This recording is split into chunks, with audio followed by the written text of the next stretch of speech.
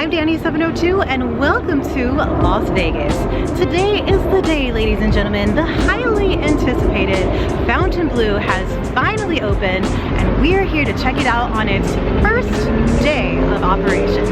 So it is December 14th and it is time to witness an extraordinary moment in Las Vegas history as we eagerly anticipate the grand opening of the Fontainebleau Resort. This structure has been on a very long journey. Initially paused in 2009, the project has since undergone a substantial transformation under new ownership, or new old ownership, I should say. Today it stands in to usher a new era of luxury, excitement, and entertainment along the famed Las Vegas Strip. Technically, the grand opening was last night, but that was open to a private guest list only, the VIPs only, and at 11:45 p.m. they opened the doors to the public. So today is the first day of normal operations for us normies to come check out the resort located here on the north end of the Las Vegas Strip. This is looking south. So you see we've got Resorts World, the last newest resort on the Las Vegas Strip. Directly across the street will be Circus. On the opposite side, you'll see Sahara. And then a little bit of ways there, we've got the Stratosphere. And we've been waiting for this one for, what, 20 years or so? The Las Vegas Strip definitely looked a lot different when they were starting to plan this resort. We'll go over all that and we're gonna check it out. Let's go. The Fontainebleau project was announced May of 2005, claiming a vast 24.5-acre site. This sits on the same property that once was home to the Thunderbird Hotel and Casino, and the journey of ownership and development has definitely been a roller coaster since its announcement in 2005. And currently parking is free for all visitors, but I do see the little kiosk here to pay for parking, so I don't know how long the free parking will last. I read the Fontainebleau will be a good place for art enthusiasts. They have a lot of sculptures, a lot of original art pieces set up. Look at the ceiling though. Total Epcot vibes, right? Yeah, that's definitely Spaceship Earth up there. And they got this little seating area right when you walk in from the self-parking and the valet area. And if we turn around, we're gonna start heading into Casino. Originally announced by the Fontainebleau Resort, construction started in 2007, and I saw a photo just recently of the tower being built. It was still under construction the other day, and next door was the Riviera. The Frontier was across the street and the original Sahara was on the opposite side. Vegas was a whole different world in the early 2000s. The towering hotel structure was topped in November of 2008 and it secured its position as Nevada's tallest occupiable building. So the Stratosphere is technically taller, but it's not considered a occupiable building.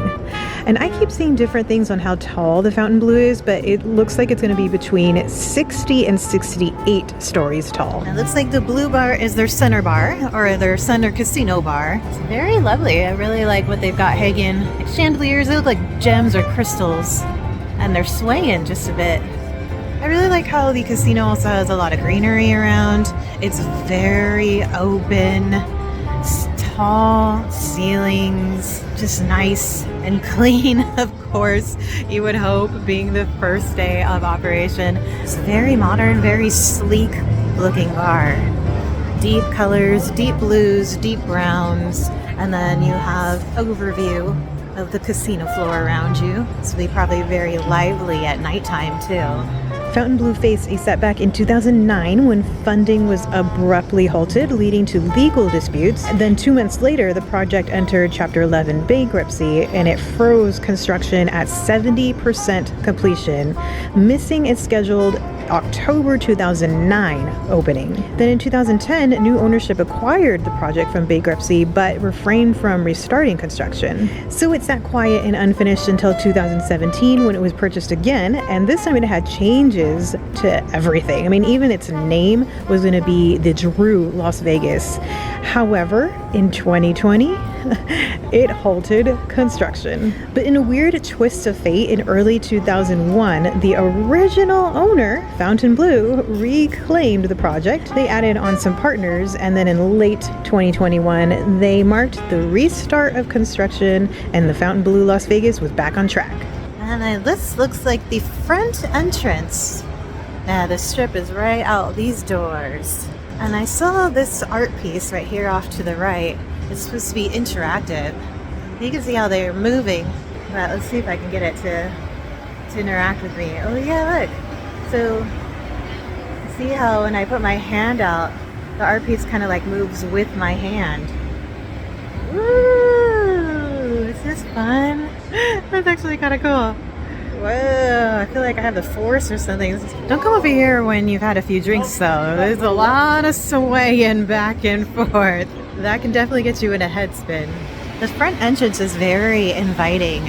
As you walk in with the sunlight behind you, you basically see the casino right away, but it takes you into this inviting space with the cool design, the sculpture design, bunch of different roses set up. I really like the color scheme in this resort. Of course, the blue, but also a little bit of like a blue purple and the oranges and the brown set up. It's a very modern design, even if you look at the ceiling. Just really cool setup. So the Las Vegas property is the second of the Fontainebleau resorts, the first being in Miami, Florida. This location has over 3,600 hotel rooms.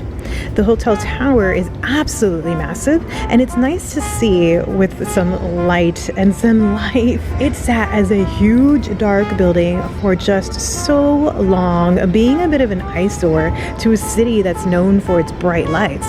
You would just see the cityscape would be just bright, and then this weird black box.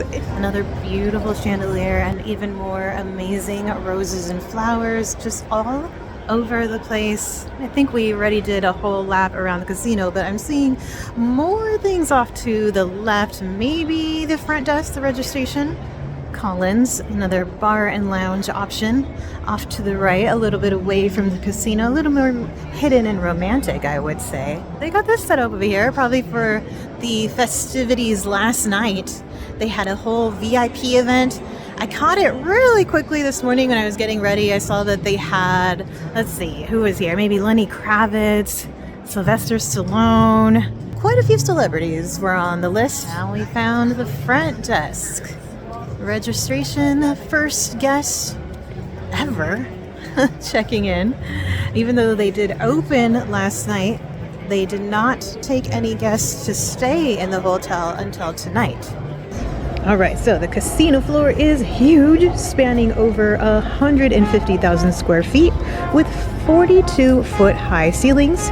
I read that the chairs on the casino floor were handcrafted in Italy, giving your bottom the luxury experience as you sit and play in the casino. There are 1,300 slot machines, 128 table games, a high-limit gaming area, which covers 18,000 square feet, and then they have a tavern-style race and sportsbook spanning 14,000 square feet. You will find that there is retail space, so there's a retail area that's going to host around 35 high-end retailers eventually, and it takes up 2 different floors. And when you head up the escalators to the second level, you'll see Poppy's Steak right away, and that'll also lead you to another area for self-parking. And then we've got the Blue Live Theater.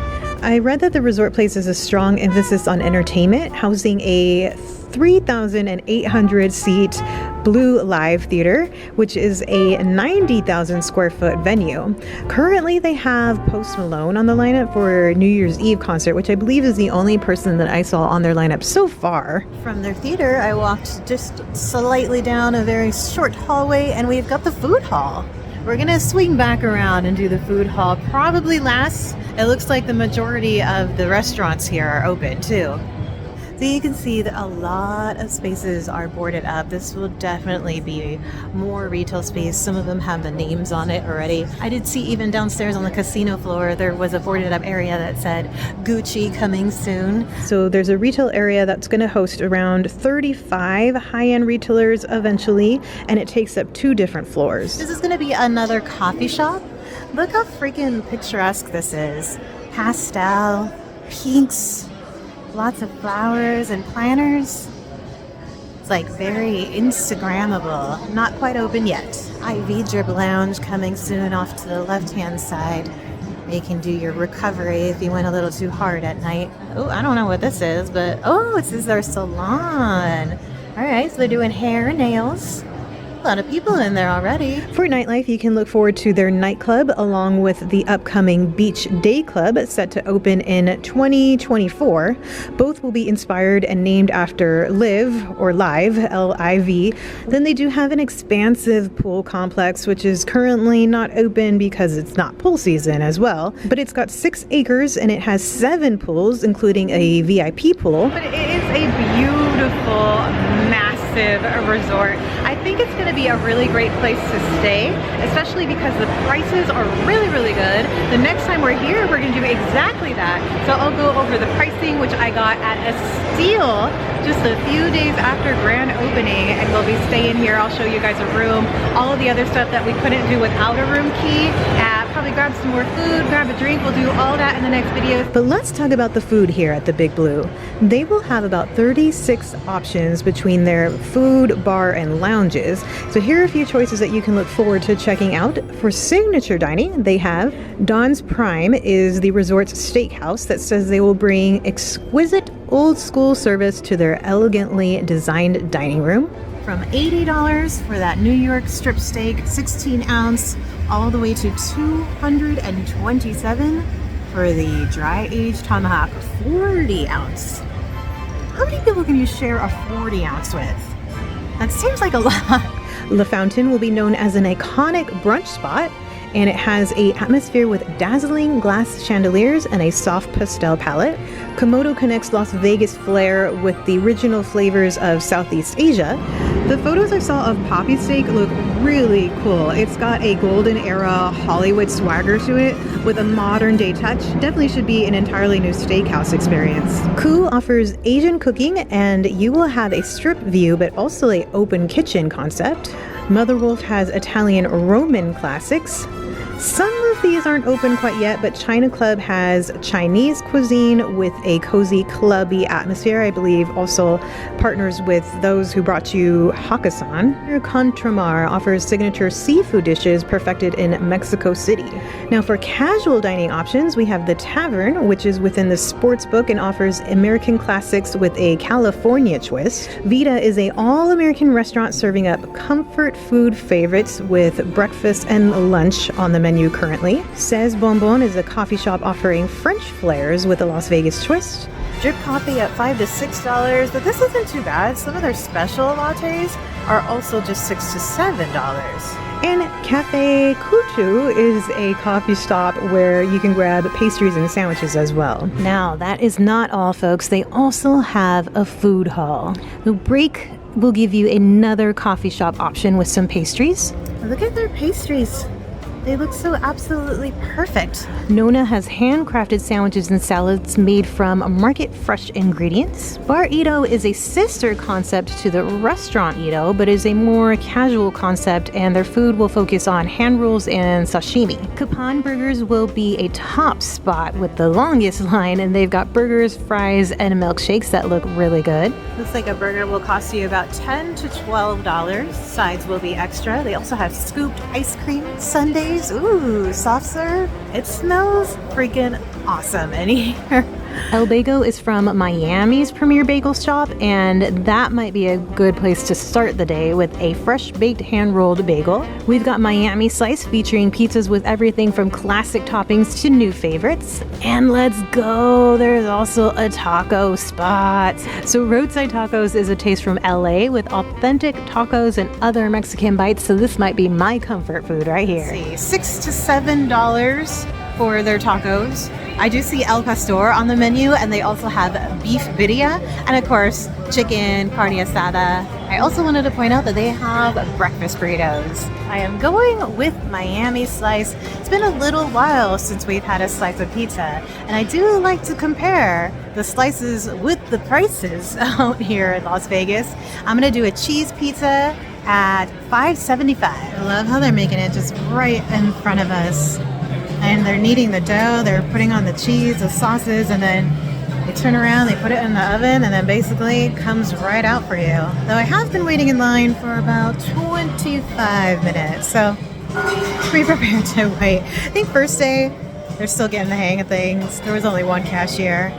They'll probably start picking it up soon. Some of these slices are fancy. Did you guys put honey on that? It took me an hour to grab a slice of pizza and a scoop of ice cream. Of course, it is the first day. They are learning and it's going to take them a moment to pick it up. But I wish the new food halls would take after like Aria and the one over at Resorts World, where basically you walk up into a tablet where you think you can even order on your phone, but you can order from multiple spots just from that one tablet. And then you put in your phone number and it texts you whenever your food is ready. Since this one here at Fontainebleau, you have to order at each station. So if you're by yourself and you want to order from 2 different places or 3 different places, it might take a minute. But with that being said, let's eat. This is the margarita pizza, so basically a plain cheese. This cost me $6, that includes taxes. And unfortunately, because I waited for such a long time in the second line, it is a little cold. But I like that it doesn't look super greasy. Not as cheesy, at least from what it looks, but it does look fresh. And when I saw they had a banana cream pie ice cream, or gelato actually, over at Capon, I had to get it. I waited in that line just to grab a scoop. But here is my lineup for the day: pizza and ice cream. A lot of dairy. So the slice is pretty big. Definitely like that it's not super greasy. You can add a sauce for a few more dollars. That probably would be worth it for at least the margarita, since it is plain. All right, after a few bites, I don't really care for it. If I'm completely honest, there is a serious lack of cheese. So, you know, obviously when you pull it, there's just like no cheese coming down. There's also a lack of sauce. So I feel like all I'm tasting is the bread. Crunchy, not floppy, not greasy. So that's good. Ooh. Banana cream pie. On the gelato topping itself, it had like wafers in it. It said it had marshmallow fluff in it. Then I got the scoop and I didn't have any of the pieces in it. That's okay though. It's probably sitting within it somewhere. Look at this itty bitty spoon though. Little spoon for a little scoop. The pieces were at the bottom. They kind of just flipped it weird. Let's see if I can get it. There we go. It was just upside down. An upside down banana cream pie. I'm glad I got this. We got to finish the tour on a high note, right? All right, friends, that's going to do it for our tour. Our first look at the Fontainebleau. What did you guys think? I think it's a beautiful resort that has a lot of potential. There's definitely a lot of things that are still closed or under construction. I think though it's also going to be a really nice place to stay, just because there is so much to do in this resort, or there will be so much to do within this resort, and their prices are pretty good. The next time we're here, I'm going to show you guys a room. I'll go over the pricings. I really did get one at a steal just a few days after opening. We will be staying here very soon, so please subscribe for more adventures in Las Vegas and the surrounding areas, and we'll catch you in the next one. Golden hour on the Las Vegas Strip. I think that their tower is going to have a pretty amazing view. Hopefully we get a good one the next time we're here. Stay tuned.